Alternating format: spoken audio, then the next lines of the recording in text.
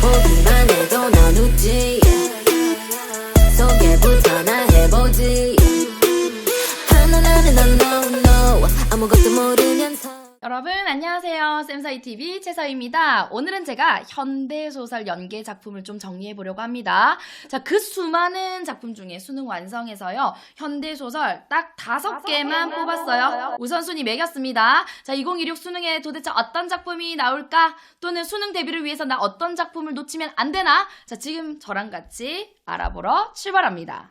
자, 우선 1위는요 제가 정말 좋아하는 작가 황순원 작가의 두꺼비라는 작품을 가지고 왔는데요. 이 작품을 이해할 때는 기본적으로 여러분 뭐냐? 그렇죠.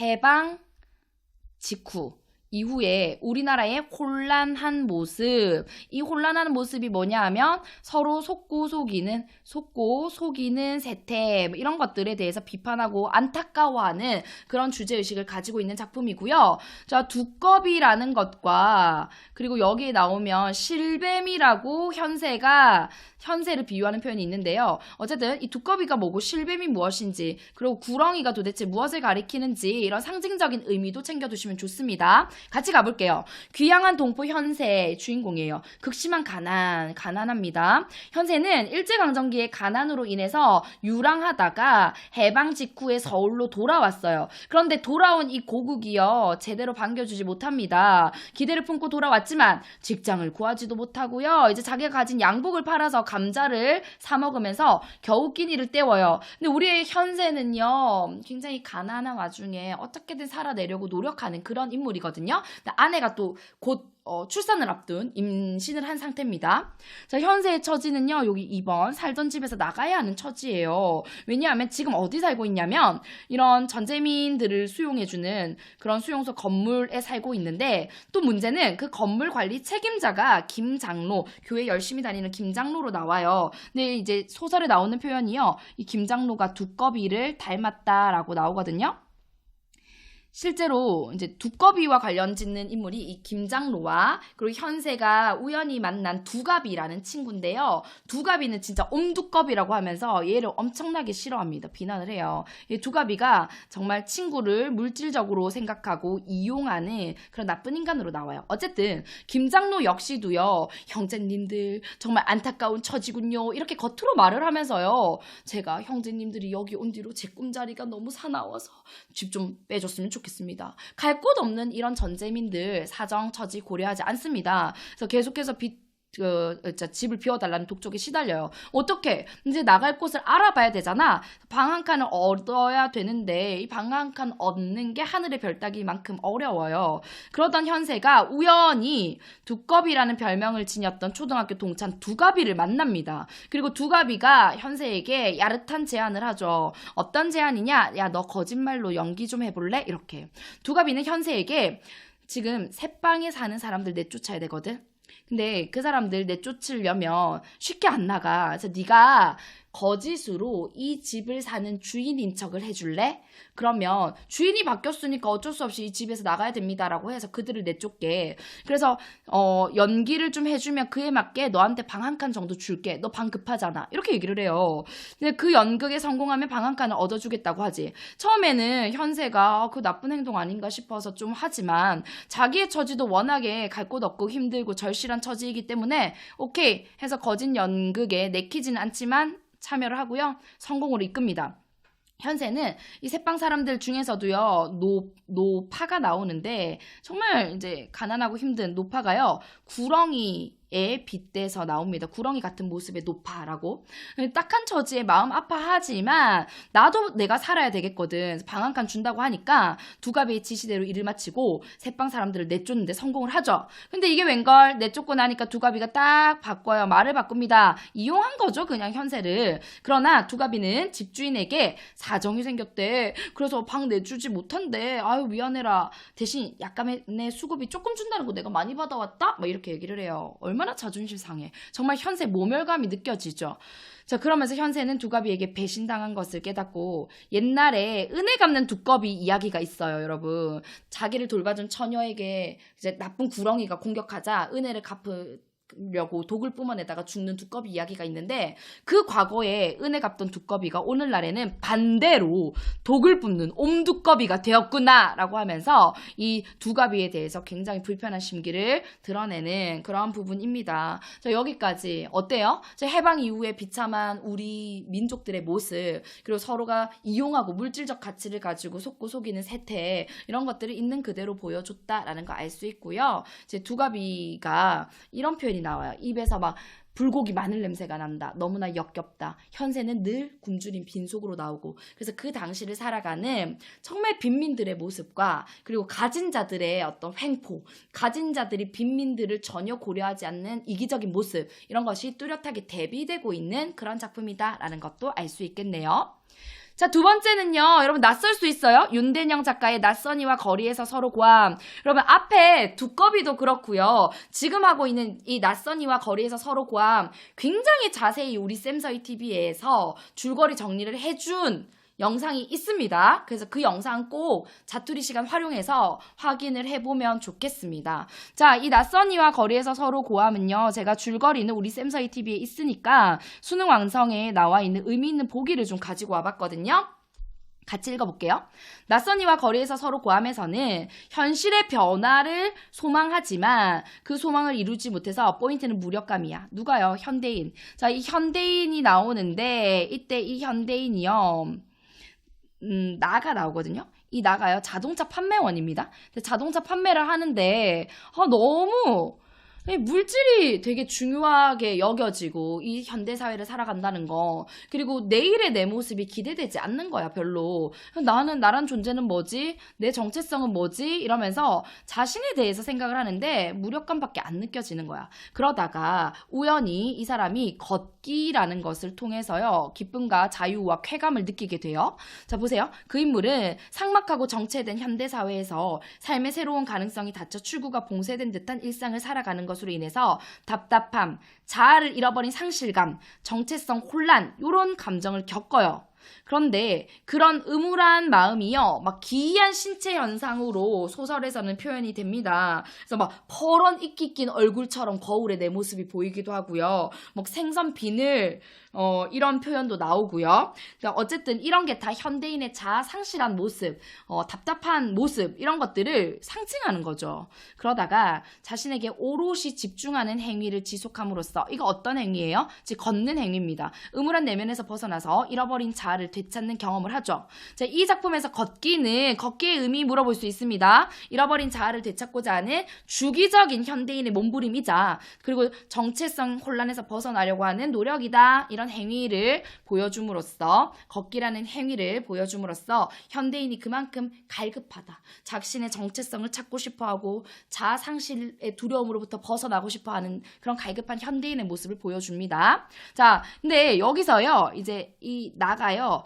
낯선 이를, 사내를 만나거든. 이 사내도 스토리를 가지고 있어요. 근데 사내도 이런 불안정한 상황 속에서 어떻게든 돈을 줘서라도 다른 사람의 시간을 사서 대화를 나누면서 이런 불안감을 해소하고 싶어하는 사람이거든요. 그래서 그런 모습에서 현대인의 또 다른 모습을 보여준 인물이다라고도 볼 수 있겠습니다. 이 작품 요새 유행하잖아. 뭐가요? 러닝. 예, 걷기라는 게 정말 자신에게 집중함으로써 자신의 내면을 들여다보고 그런 맥락과도 연결이 되고요. 현대인들이 대부분이 느끼는 그 불안함, 그런 어떤 상실감을 잘 보여주는 작품이라서 주목해볼 가치가 있을 것 같습니다. 쌤서희 TV를 통해서 전체 스토리를 한번 같이 확인해보면 좋겠어요.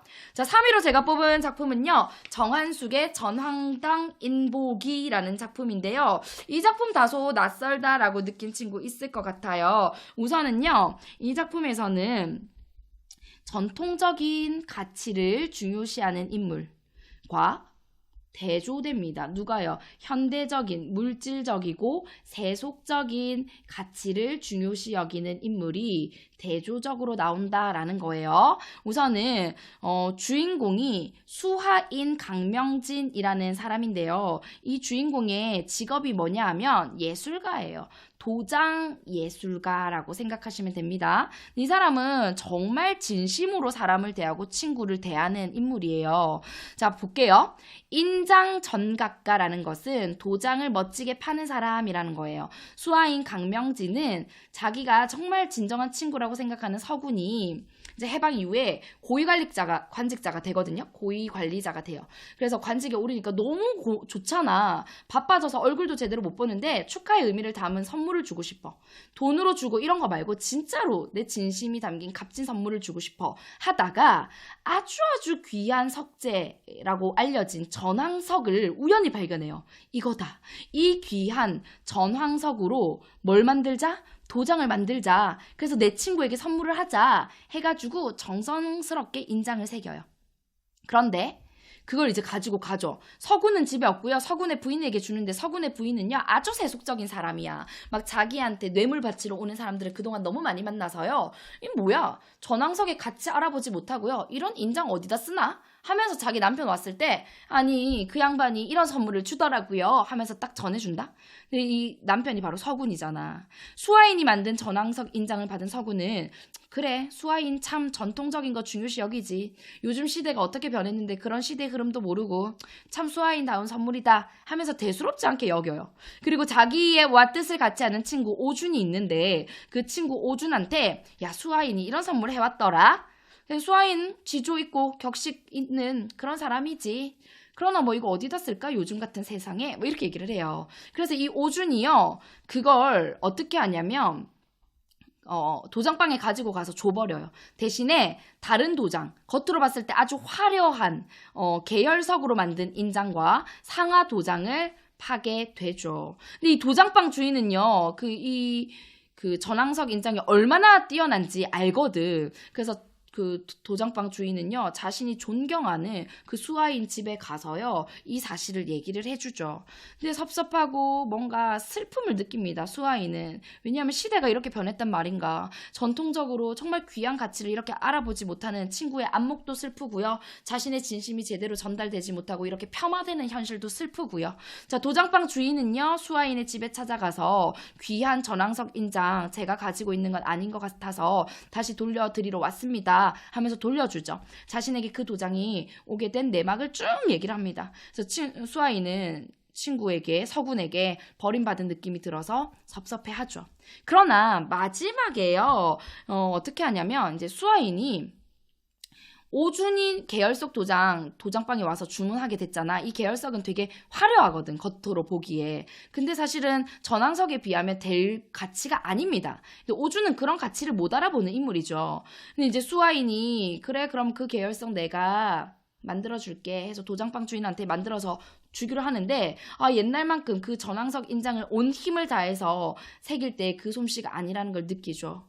그런데 마지막에 결국에는요 삶의 보람을 느껴요. 우리 수아인이 나 이제 이 일 안 해 하고 칼을 버려야 되겠다. 이 전각 파는 거니까 칼을 버려야 되겠다라는 결심을 하지만 그동안 자기가 만들어왔던 온 힘을 다 쏟아서 정말 예술가로서의 영혼을 불태웠던 그 1000개의 인장을요 싹 꺼내요. 그래서 연대순으로 찍어서 인보를 만들거든요. 제목이 뭐예요? 여러분 전황당 인보기잖아. 인보라는 게요 바로 도장을 찍은 책을 얘기합니다. 그래서 그동안 자기의 예술혼을 담아 만들었던 가치 있는 그 인장을 쭉 찍어서 인보를 만들고요. 제일 끝에 이 전황석 인장을 찍고 나서 이제 행복감을 느낍니다. 그리고 마지막에 그 인보의 표지에 전황당 인보 도장을 찍은 책이다 라고 제목을 붙이죠. 이 작품은요 여러분 6.25 이후 전후에 6.25 전후 해방기 더 지나서 6.25 전후에 이제 가치관의 변화에 주목을 해서 변화하는 사람들이 어떤 상업적이고 세속적이고 물질적인 것을 중요시 여기는 그리고 이해타산적인 인간관계를 추구하는 그런 변화된 사람들의 모습을 쓸쓸함과 안타까움으로 담아내고 있는 작품이다라고 정리할 수 있겠습니다. 자, 오늘의 마지막 작품 가볼게요. 김소진의 쥐잡기는요. 제문이 이렇게 돼 있어. 부제가요. 아버지께 붙이는 제문이다 라고 되어 있는데 이 김소진 작가의 작품이요. 과거에 수능에도 나온 적이 있는 굉장히 유명한 작가입니다. 이 쥐잡기라는 작품은요. 부제를 통해서도 알 수 있지만 자신의 아버지를 이해하는 과정이 나와요. 소설이니까 창작이 된 거죠. 근데 실제로 이 작가의 실제 어떤 자전적인 경험이 반영된 작품으로 알려져 있습니다. 자, 주인공 민홍은요, 자신의 아버지가 참 답답하고 이해가 안 되는 삶을 살았어.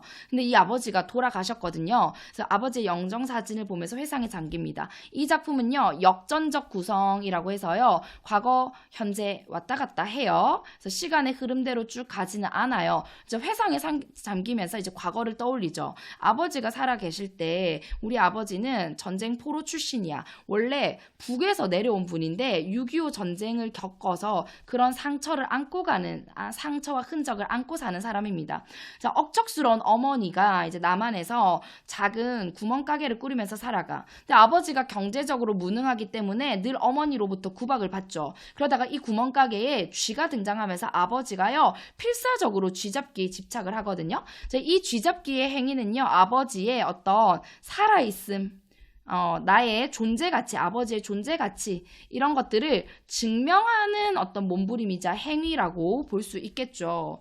이 아버지가요, 나랑 대화할 기회가 생깁니다. 아버지는 민홍과 메밀묵을 먹으면서 자신이 어떤 나만을 선택하게 된 지난 과거의 이야기를 털어놓아요.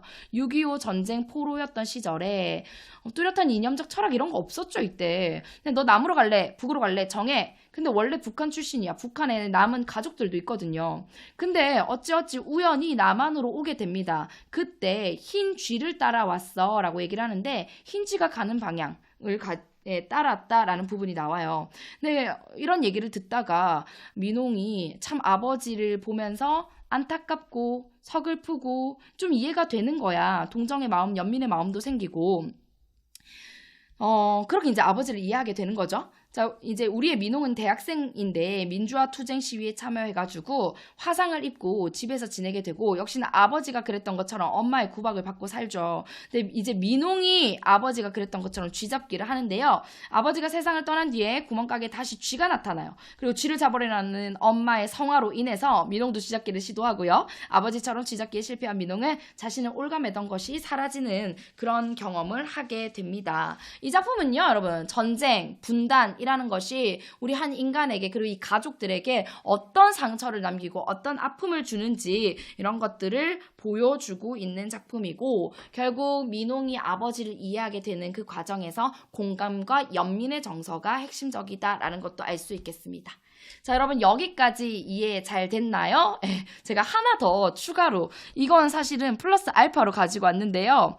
4작품까지 4위까지는 제대로 챙겨보시고요. 마지막 5위도 어렵진 않으니까 들어만 두세요. 이건 역시도 쌤서희TV에 전체 작품 줄거리 설명이 되어 있으니까 참고하시면 되겠습니다. 제3병동이라는 작품인데요. 이 작품은 근대화 시기에 이제 물질 만능주의에 대해서 비판하면서도 휴머니즘의 가능성까지도 놓치고 있지 않은 휴머니즘의 가능성까지도 주목하고 있는 작품이다라고 보면 되겠어요. 제3병동은요, 진짜 소외된 사람들이 머무는 병동이야. 다 낡은. 근데 여기서 오롱댁이 나오는데요. 오롱댁 노파는 중증 폐결핵과 장질부사에 걸려서 제3병동에 입원을 해요. 굉장히 낡은 건물입니다. 근데 이제 딸이에요. 오롱댁의 딸 강남옥이 엄마를 장질부사는 이제 전염이 되는 장티푸스를 얘기하는데 엄마를 간호하다가 전염이 되죠. 어떻게 해요?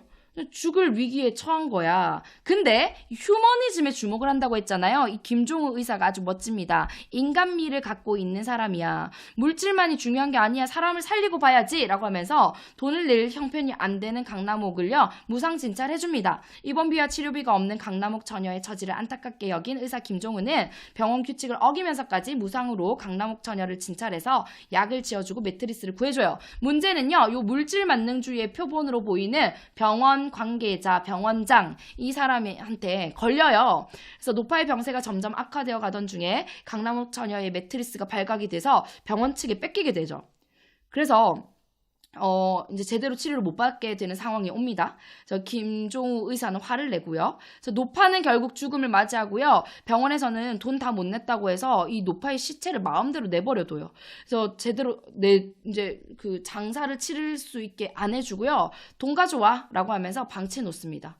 근데 이제 강남옥은 막 진짜 처절하게 울죠. 엄마 시신을 부여잡고. 그때 또 약간의 휴머니즘 가능성이요. 요 인부들의 모습이 제가 되게 슬펐던 부분인데요. 강남옥이 어머니의 시체를 부여잡고 슬퍼하고 있을 때 이걸 안쓰럽게 여긴 시체 안치소 인부들, 이들도 하루 벌어 하루 먹고 사는 노동자들인데요. 죽을 써서 강남옥 먹으라고 갖다 주고요. 향을 사와가지고 조촐하게나마 어머니 시체 앞에서 이제 그 장사를 치를 수 있도록 도와주죠. 그리고 강남옥 처녀의 아버지 강노인이 뒤늦게 이 소식을 듣고 찾아왔지만 뭐 아무것도 할 수가 없어요. 체념한 듯한 표정만 지으면서 쓸쓸하게 작품이 마무리가 됩니다. 네, 여기까지 이해됐어요? 저 씁쓸한 작품으로 마무리하게 돼서 마음이 좋지는 않은데요. 어쨌든 수능 완성에 수록되어 있는 현대 소설 중에서도 적어도 이 5개의 작품은 완전히 여러분 것으로 만들어 가야 되고요. 쌤서희 TV에 올려져 있는 줄거리들 잘 활용하시면 되겠습니다. 끝났어요. 저 오늘 쌤서희 TV 여기까지고요. 구독과 좋아요, 알림 설정은 수능 국어로 가는 1등급의 길을 열어드립니다. 다음에 만나요. 안녕.